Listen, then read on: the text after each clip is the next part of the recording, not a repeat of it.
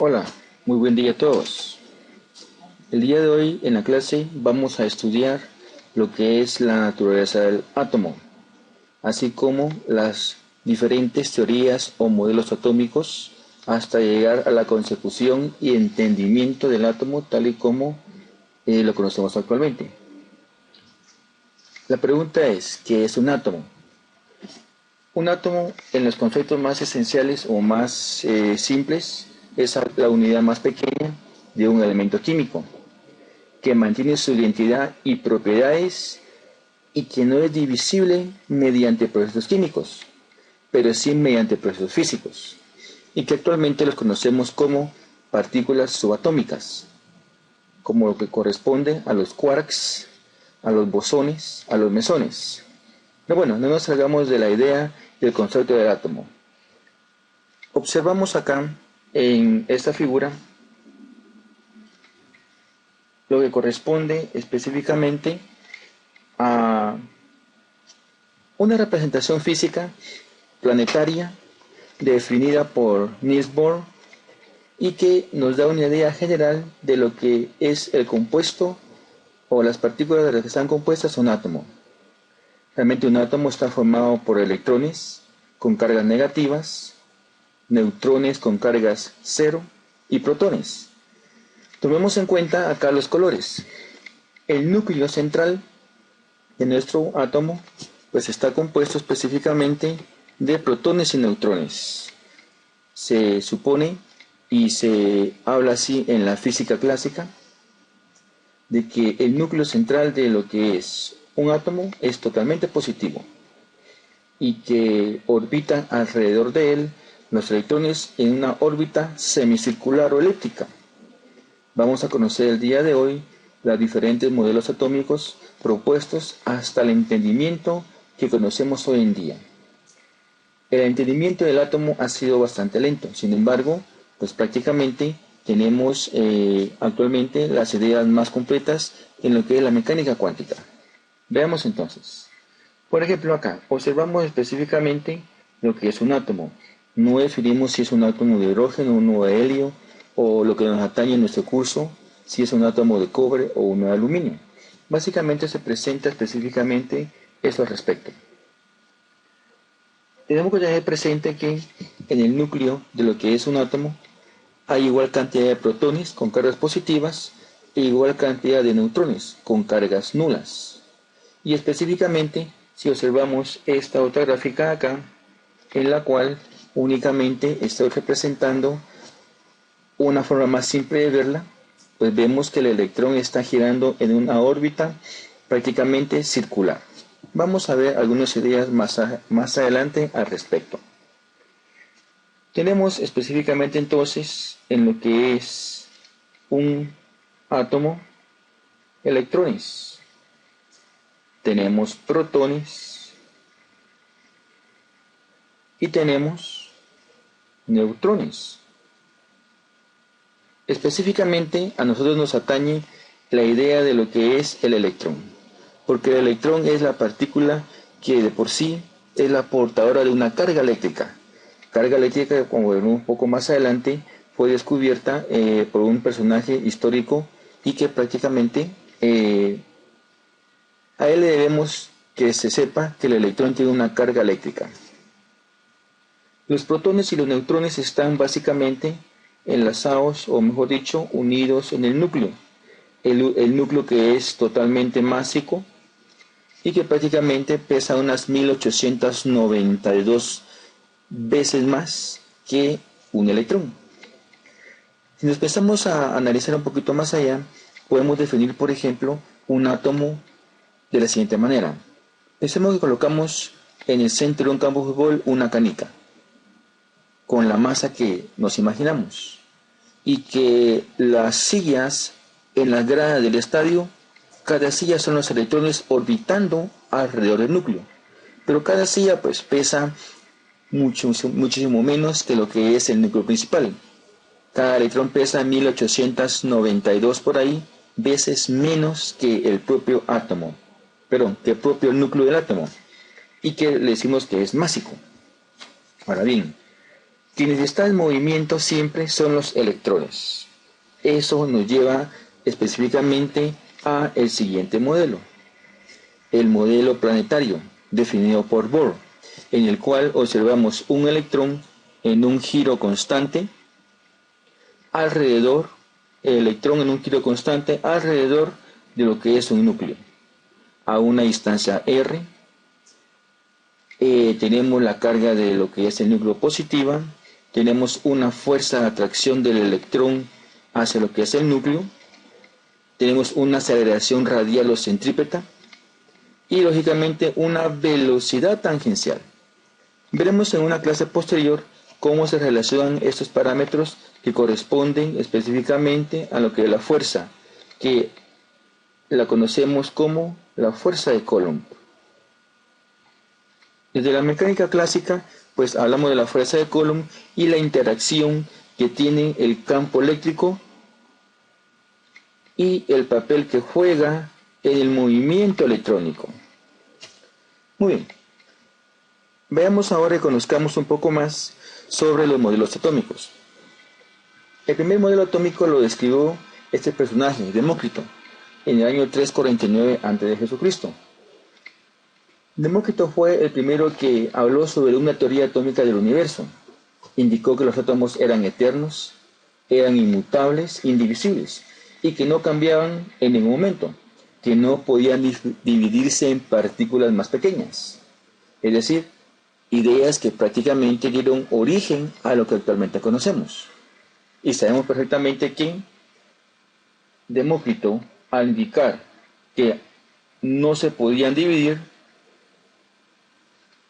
dio las primeras ideas sobre el que es el comportamiento del átomo y los electrones.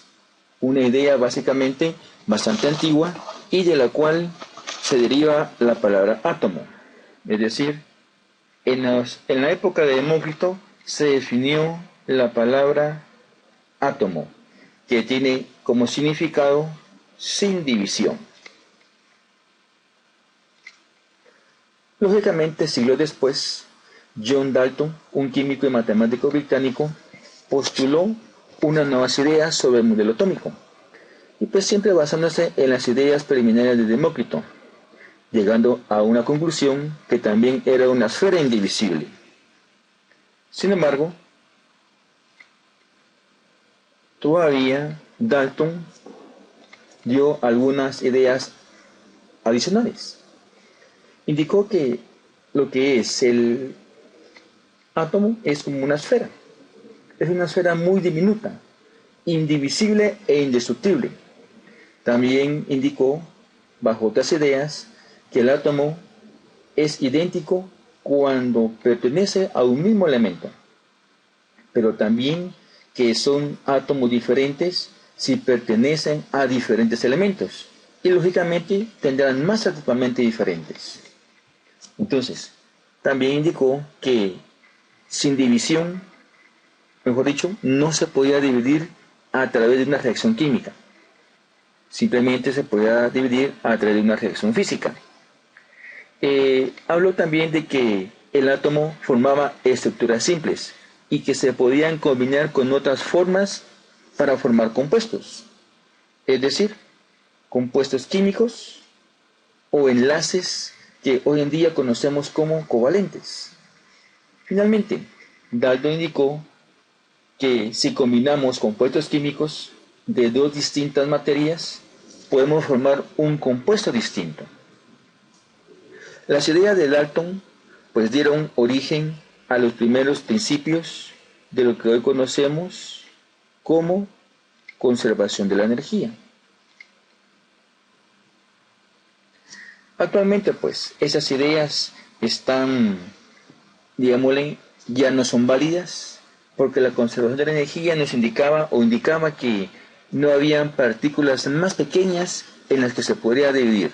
Sin embargo, hoy en día sabemos que sí existen, pues corresponden a las partículas subatómicas, los quarks, los neutrinos, los bosones. Pero bueno, como tal, para la época de Dalton, en la cual no habían aparatos sofisticados, pues lógicamente eso fue un gran avance. Ahora bien, Thomson.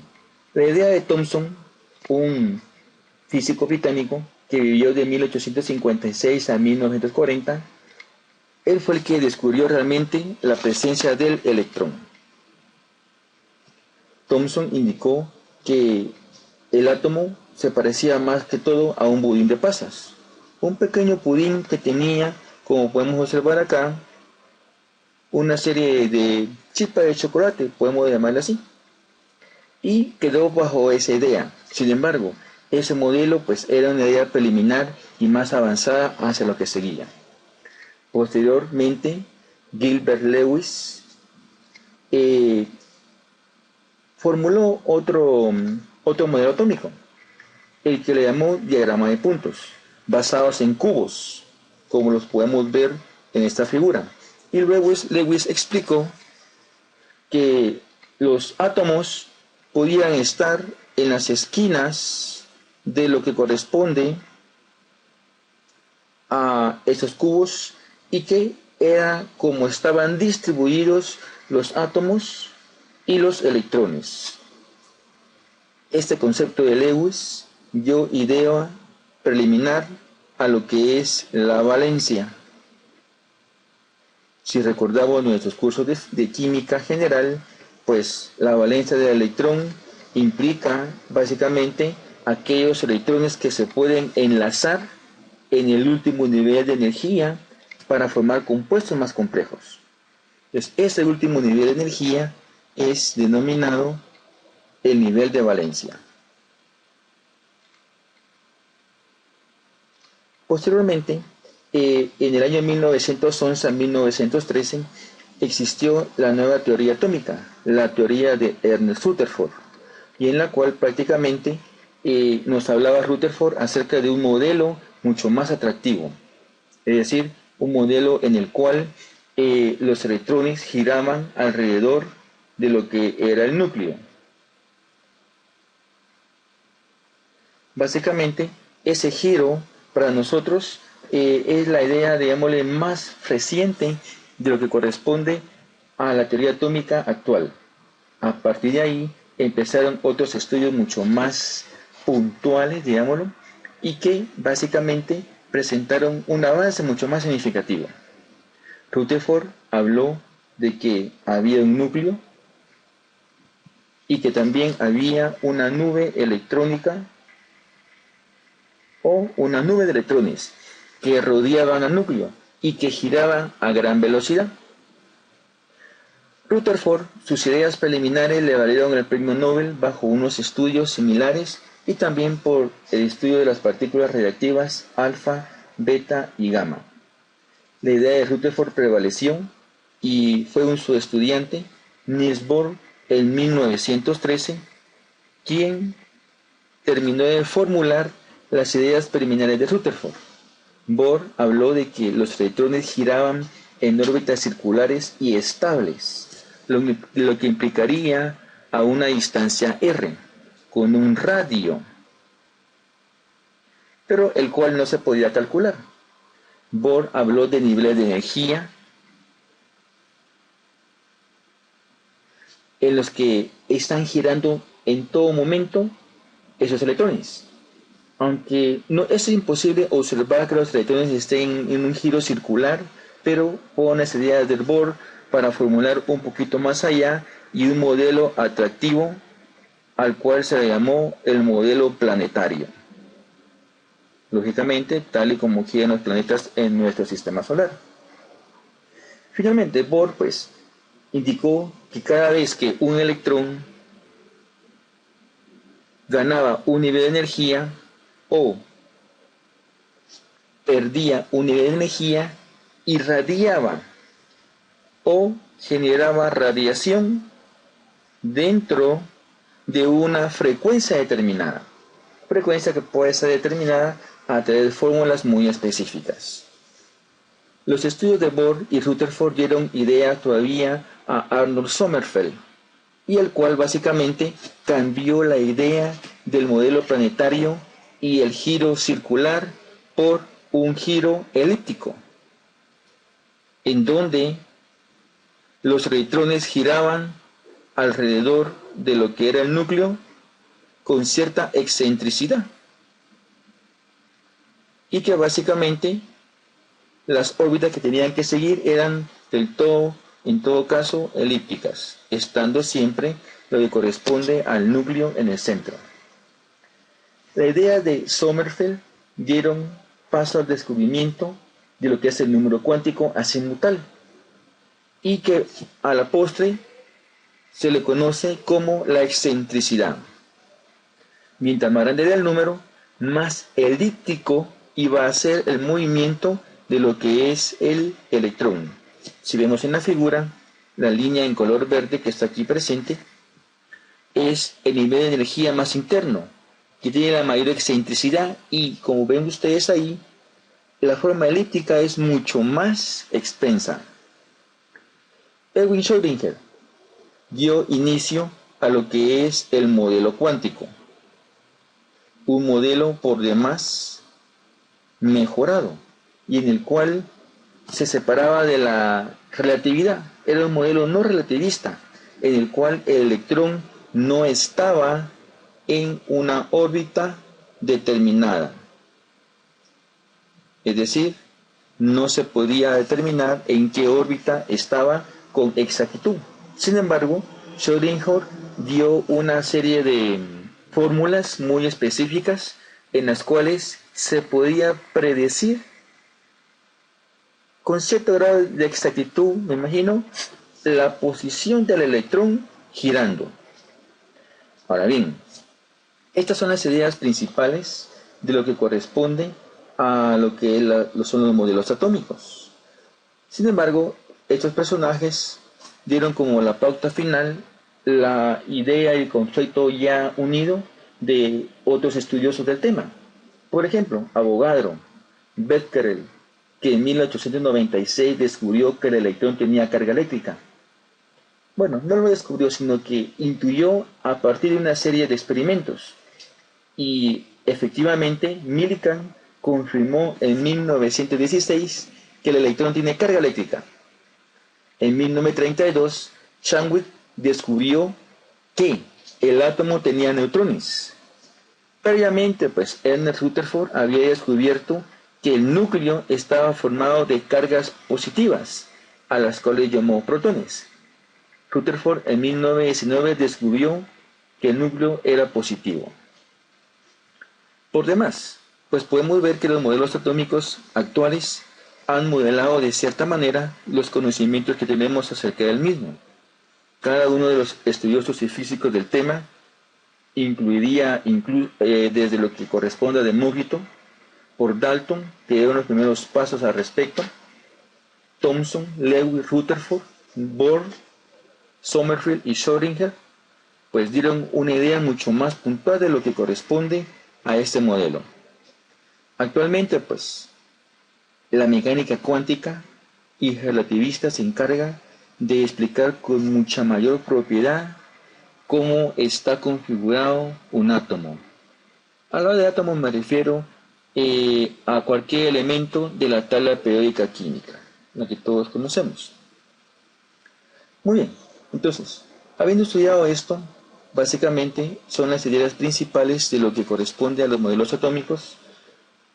Para una mayor información, pienso que sería adecuado ir a observar un poquito más de historia en videos tutoriales, en cualquier página online en la cual hable de historia. O básicamente también podríamos ir a uno de esos canales actuales en los cuales hay una serie de películas o cortometrajes acerca de toda esta maravilla que es la física. Muy bien, nos vemos el próximo día en una siguiente clase.